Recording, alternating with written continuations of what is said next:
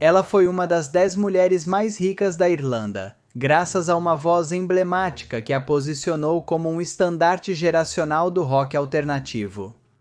Seu tom particular e seu estilo original permitiram que ela se tornasse uma das artistas femininas mais destacadas de todos os tempos. Ela vendeu mais de 40 milhões de discos com sua banda, e músicas de sua autoria continuam sendo elogiadas ao redor do mundo. No entanto, após o esplendor da fama, houve uma batalha interna que demorou bastante tempo para vir à luz. Sua carreira passou por altos e baixos, e sua relação com a mídia nunca foi a melhor.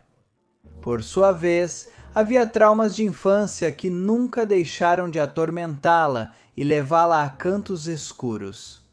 Hoje vamos conhecer a história de uma pessoa que soube dar um sotaque muito particular à banda Cranberries.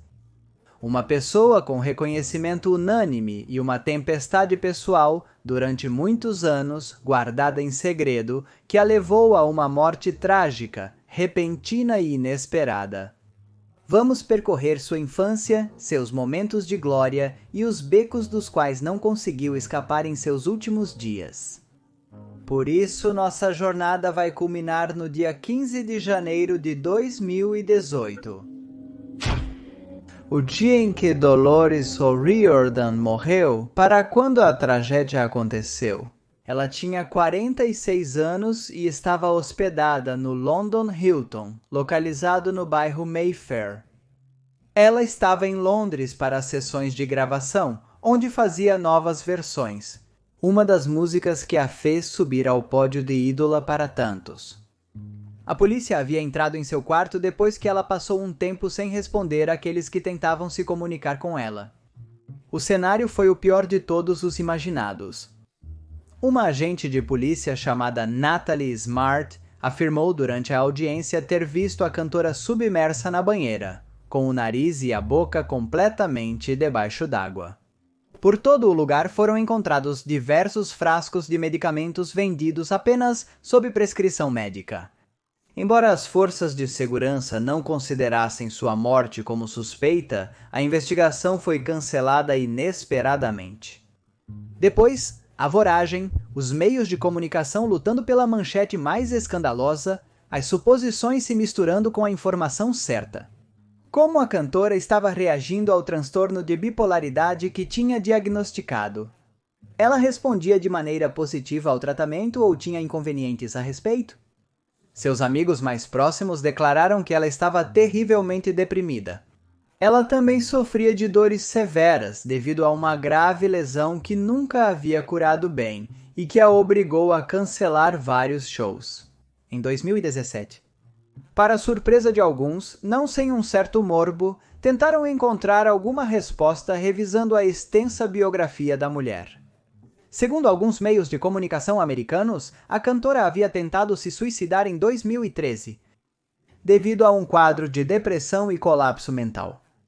Vieram à luz declarações que ela havia feito há algum tempo sobre sua infância. Todos tentavam encontrar sentido no acontecimento, todos estavam muito chocados. Havia morrido quem, depois de George Romero, conseguiu popularizar a palavra zumbi. Enquanto toda a papelada era finalizada para que a investigação que buscava determinar a causa de sua morte fosse reaberta. Uma nota oficial assegurou que o corpo de Dolores O'Riordan seria repatriado para que lhe dessem uma enorme despedida em sua terra natal. E para essa terra natal, nos dirigiremos para conhecer o começo desta história. Dolores Mary Eileen O'Riordan nasceu em 6 de setembro de 1971 em Ballybricken, Condado de Limerick. Era a menor de 9 irmãos, dos quais 2 morreram na infância. Viviam em uma área agrícola, e todos tinham que se acomodar nos únicos 2 quartos que havia na muito pequena e modesta casa na qual foi criada. A família de Dolores tinha uma economia debilitada.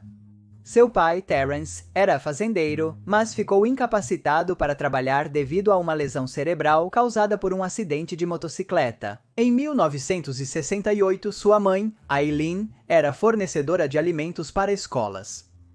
Dolores teve contato com a música religiosa desde muito pequena, pois eles viviam em uma comunidade muito influenciada pelas igrejas católicas. Toda vez que ia com sua mãe, que era muito crente e praticante, a uma igreja, ficava encantada com as estrofas entoadas lá dentro. A menina adorava as histórias de Jesus. Sim, mas ela era mais comovida pelos coros e vozes, que davam ao relato um caráter único que a deslumbrava. Por isso, já aos 5 anos, passava a maior parte do seu tempo cantando em aulas enquanto brincava na mesma igreja. Não demorou muito para que a predisposição que a menina tinha pela música a levasse a fazer aulas de canto. Em tempo recorde, já estava tocando o órgão e cantando nas celebrações do templo rápido. Ela havia encontrado uma paixão, algo que a encorajava a seguir em frente, algo que fazia com que seus dias cinzentos fossem de repente atravessados por um pouco de esperança. Ela amava cantar e, em uma idade muito jovem, já havia conseguido ganhar um lugar na comunidade que a aplaudia orgulhosamente. Alguns pensaram que o que Dolores sentia pela música era simplesmente um hobby, algo passageiro, que daria lugar a outra coisa muito em breve. No entanto, não se tratava de nenhum hobby, e aquilo definitivamente não era um amor passageiro. Já na adolescência, continuou no coral da igreja e não parava de ganhar os suspiros dos fiéis, que não deixavam de destacar seu grande talento. Eles não imaginavam que estavam sendo testemunhas de um milagre musical. Aqueles eram os primeiros passos de alguém que se tornaria uma verdadeira estrela do rock. Dolores e sua família foram vítimas de um incêndio em sua casa, por isso ficariam sem lugar para morar. No entanto, seus amigos e vizinhos, muitos deles cativados pela voz da pequena, logo conseguiram doações e um novo lar para morar. Na sua infância, Dolores sempre se mostrou mais solitária. Durante sua infância e adolescência, mostrou mais predisposição a passar o tempo cantando, brincando com seus irmãos, do que se reunindo com as crianças de sua idade. Muitas vezes manifestou ser mais um entre os homens da casa e costumava usar cabelo curto, ao mesmo tempo que evitava vestidos ou roupas coloridas. Isso fez com que muito cedo, em uma sociedade muito mais preconceituosa do que a atual, ganhasse o apelido de Garota Estranha. Apelido que mudou para outro que, embora pretendesse ser depreciativo, identificava Dolores um pouco mais. Chamaram-na de a garota que escreve canções. Por quê? Bem, muito simples, porque ela não era apenas boa cantora, mas de um dia para o outro se tornou uma grande compositora. A garota, que escreve canções, era um nome que ela gostava muito mais do que Dolores, que sua mãe lhe havia dado. Em homenagem à Virgem, a Nossa Senhora das Dores, também conhecida como a Virgem das Angústias. Seu destino começou a ser moldado com aquele apelido. No ano de 1983, ele escreveu sua primeira música, a qual chamou de Calling. A música tinha como tema seu primeiro amor, que foi seu professor de escola, um homem mais velho que ela. Embora Dolores fosse influenciada pelos coros que prestavam culto a anjos e personagens bíblicos em outros contextos, foi assim que ela acabou encontrando seu santo graal. Gostava de ouvir música de grupos como Duran Duran e The Smiths, da mesma forma adorava Sinéad O'Connor e Patsy Cline. Depois de sua primeira música, Dolores nunca mais deixaria de escrever. Muitos de seus temas hoje se tornaram hinos, e como começou toda essa carreira? Com o anúncio de uma banda que dizia que estava procurando um cantor. Para o ano de 1989, Dolores deixou sua casa com a desculpa de que iria trabalhar em uma grande loja. No entanto, a verdade é que ela estava a caminho de uma audição que mudaria a história da música. Acontece que uma banda cujo nome era The Cranberry Souls estava à procura de um vocalista.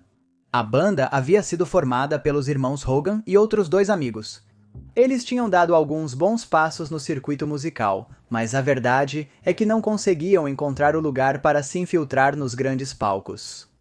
Quando os membros da banda conheceram Dolores O'Riordan e puderam ouvir o que ela havia composto, não hesitaram em dar-lhe o posto. Subitamente, sentiram-se fortalecidos.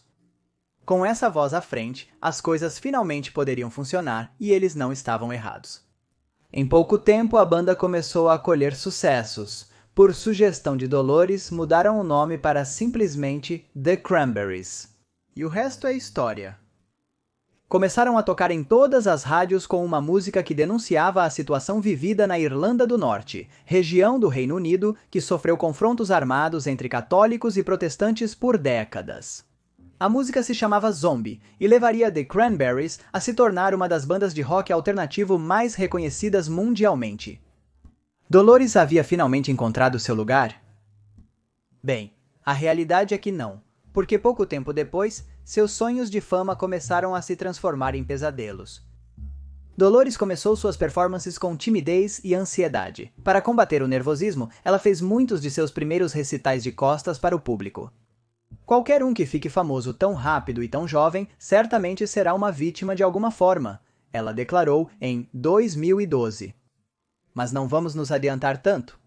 A imprensa sensacionalista britânica achou muito lucrativo falar sobre Dolores, principalmente enfatizando problemas pessoais ou atribuindo a ela transtornos que ela não sofria, apenas para vender mais exemplares e se manter no centro da polêmica.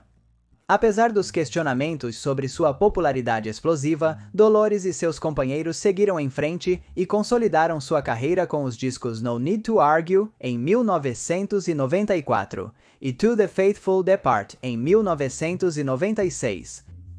Tempo depois, Dolores teve problemas devido a uma fratura na rótula, por isso teve que suspender a turnê Free to Decide World Tour. Os meios de comunicação dedicaram uma atenção particular em falar sobre sua anorexia durante toda a segunda metade da década de 90. Sem mostrar nenhum decoro em cuidar da integridade do outro. Além de que a agitada vida do artista bem-sucedido era complicada para ela, Dolores conseguiu se dar grandes prazeres e encantar o público com diferentes demonstrações de suas habilidades. Um dos seus grandes momentos de fama foi quando interpretou o Ave Maria de Schubert com Luciano Pavarotti, no concerto Pavarotti e Amigos Juntos pelas Crianças da Bósnia. Tempo depois, essa música fez parte da trilha sonora do filme A Paixão de Cristo. Depois de quebrar muitas bilheterias, Cranberries se separou em 2003.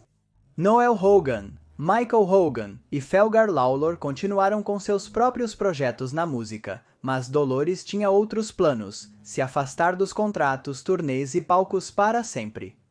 O estresse que tudo isso representava a sobrecarregou e, por isso, decidiu desaparecer da cena pública. E ela conseguiu, pelo menos por alguns anos, anos nos quais se dedicou à sua família e ao seu interior. Dolores estava casada com Don Barton, o ex-gerente da turnê do Duran Duran. Ela teve seu primeiro filho, Molly, sua segunda filha, nasceu em 23 de novembro de 1997 e 10 de abril de 2005. No ano de 1998, ele comprou uma fazenda de 61 hectares chamada Riversfieldstead, localizada em Kilmallock County, Limerick, lugar onde viveu por 6 anos. Esse lugar foi vendido no ano de 2004 pela mesma cantora. E também usou sua carreira para se reconectar com a fé. Lembremos que Dolores continuava sendo uma crente, que mais tarde, com o tempo, se autoproclamaria pró-vida e se mostraria totalmente contra o aborto. Teve a oportunidade de cantar para o Papa 3 vezes nos concertos anuais de Natal no Vaticano. Dolores também flertou com outras artes. Em várias ocasiões, por exemplo, passou pela grande tela. A última de mãos dadas com o diretor Richard Grieco, no filme Evilenko. Fez parte de Click, a comédia com Adam Sandler, e sua música esteve na trilha sonora do filme. Ela acabaria confessando que o trabalho nos sets de filmagem era muito complicado para ela. Apesar de tudo isso, e também apesar de ter tentado se dedicar à pintura por um tempo, Dolores não conseguiu evitar ceder à sua verdadeira vocação. Quebrando todas as suas promessas internas, Dolores voltou a gravar música, fazendo 2 discos solo, Are You Listening e No Baggage, o primeiro em 2007 e o segundo em 2009. Os resultados, os esperados. Novamente prêmios, menções e muitas capas de revistas. Por essa época, também foi homenageada pelo Patronato de Honra da Sociedade Filosófica Universitária do Trinity College de Dublin. Novamente, todos os ventos estavam a seu favor. E seus fãs explodiram de emoção quando em 2010 anunciaram que The Cranberries voltariam à ação. Após quase 7 anos de inatividade, o grupo se reuniu para fazer uma turnê mundial em que visitaram países como Argentina, Chile, Peru, Equador, Venezuela e Brasil. Mas junto com as longas noites de aplausos voltaram, é claro, as sombras. A banda suspendeu a maior parte da turnê pelo México devido a dores de garganta. Não foram dados mais detalhes sobre seus problemas de saúde. Em fevereiro de 2012, a banda lançou o álbum Roses. Nos anos seguintes, a estrela seria notícia, mas novamente por temas distantes da música. Em 2013, a cantora revelou um dos episódios mais complexos e dolorosos de sua vida. Confessou que uma pessoa muito próxima de seu círculo havia abusado dela quando tinha entre 8 e 12 anos. Esta revelação foi considerada pela artista como uma limpeza. Sinto que vai me ajudar a me abrir, disse naquela época. Em 2014, mesmo ano em que se separou do marido, a estrela ganhou as manchetes por agredir uma comissária de bordo durante uma viagem de Nova York para a Irlanda. Ela evitou a condenação ao apelar para seu transtorno bipolar. Apesar de tudo, Dolores não abandonou a composição e se juntou a Andy Rook, ex-baixista dos Smiths, e Ollie Koretsky, para trabalhar com a banda Dark. Seu primeiro álbum, Science Agrees, foi publicado em setembro de 2016. Este novo projeto herdava a essência do chamado som Matt Chester, do qual emergiram bandas como Stone Roses, Happy Mondays, The Charlatans ou James.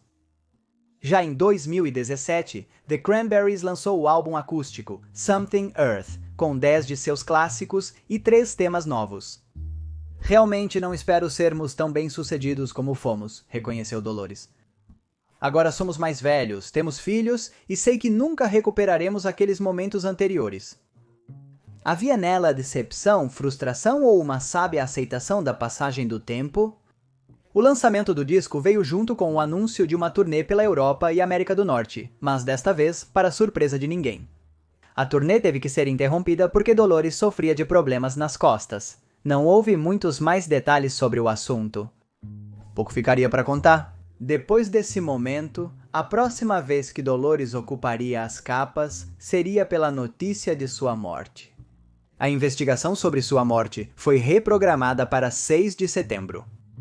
As análises toxicológicas indicaram a presença de quantidades terapêuticas de medicamentos em seu sangue e uma taxa de álcool 4 vezes superior ao limite legal autorizado para dirigir no Reino Unido.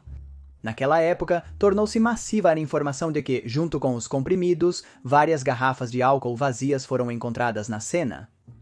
Era verdade que Dolores tinha, não pela primeira vez, problemas com a bebida? Era verdade que ela alternava momentos de abstinência com outros de consumo excessivo? Novamente, os meios mais sensacionalistas beberam dessas histórias até se embriagarem e vomitarem toda a sua miséria. O presidente irlandês Michael D. Higgins foi um dos primeiros a prestar homenagem a Dolores. Logo começaram a surgir tributos por parte do mundo da música. Entre os planos para o seu funeral estava um serviço religioso reservado para a sua família e seus amigos mais próximos. Um ato de 3 dias, com Dolores em câmara ardente, em um caixão aberto, foi realizado de 20 a 22 de janeiro na igreja de São José, onde suas músicas foram tocadas. Enquanto fotografias da cantora nos palcos e uma com o Papa João Paulo II foram colocadas nas paredes. Houve, além de música, muitas orações. 26 de abril de 2019. Foi lançado à venda In The End, o 8º álbum de estúdio de The Cranberries, através da gravadora BMG. A parte vocal do álbum já estava gravada quando a cantora faleceu. Os demais membros do grupo, após entrar em contato e receber o consentimento da família dela, decidiram publicar o disco como tributo à sua companheira. Supõe-se que seja o último álbum da banda, o que encerra um ciclo e revaloriza a figura de Dolores, que representou toda uma geração. Mas ela nunca soube se encaixar no pedestal em que a indústria insistiu em colocá-la. E embora a mídia tenha tentado, com uma superexposição mal-intencionada, focar em sua fragilidade, seu legado foi enorme e sua voz, dia após dia, continua, ganhando força, vitalidade e relevância.